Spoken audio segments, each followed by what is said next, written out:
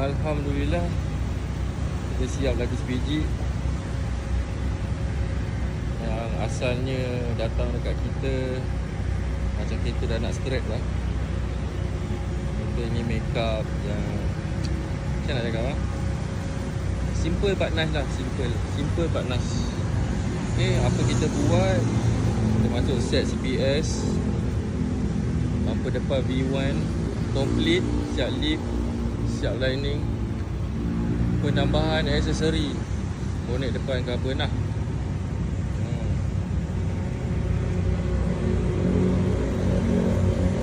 Nampak awan-awan tu kan, tak ada ombak, betul.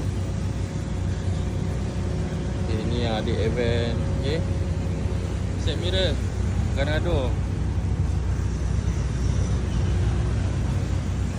setup fitment, masuk spacer, adjustable HWL. Okay,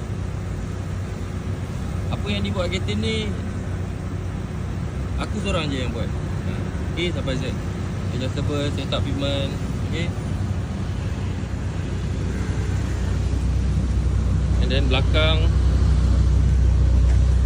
bumper custom V1. Tapi untuk yang model yang tak ada diffuser ni, kita dah tak ada buat. Jadi kita buat custom yang macam ni juga, semua diffuser kita maintain. Okay, and then muffler Matola baru new item. Okay, and then customer ni pun cat balik color asal, jadi cat luar sajalah. Ni dalam dia lah, masih okey lagi dalam.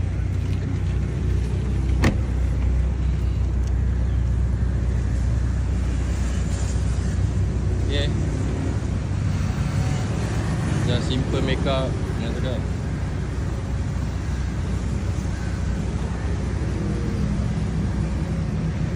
Dari depan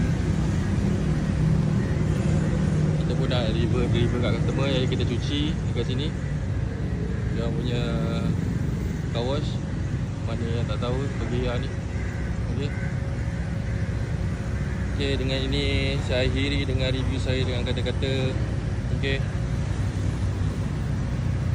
yalah, kita nak spend banyak mana pun duit untuk buat kereta,